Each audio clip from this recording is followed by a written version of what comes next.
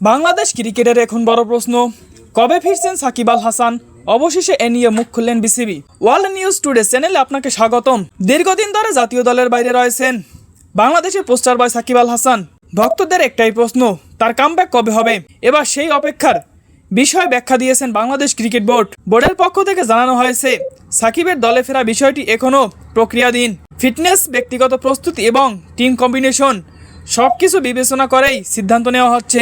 BCB আরও ইঙ্গিত দিচ্ছেন, তাড়াহুড়ো করে নয়, সঠিক সময় ফিরবেন টাইগার এই তারকা অলরাউন্ডার। তবে স্পষ্ট কোনো তারিখ এখনও জানানো হয়নি, জানিয়ে ভক্তদের মধ্যে কৌতূহল আরও বাড়ছে। সাকিবের প্রত্যাবর্তন কবে, সেই উত্তর এখনও অপেক্ষায়।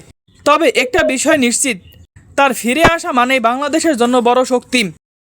বাংলাদেশ ক্রিকেট, বাংলাদেশের রাজনীতি এবং আন্তর্জাতিক রাজনীতি সম্পর্কে সকল তথ্য পেতে আমার চ্যানেলটিকে লাইক অ্যান্ড সাবস্ক্রাইব করে পাশেই থাকুন। ধন্যবাদ।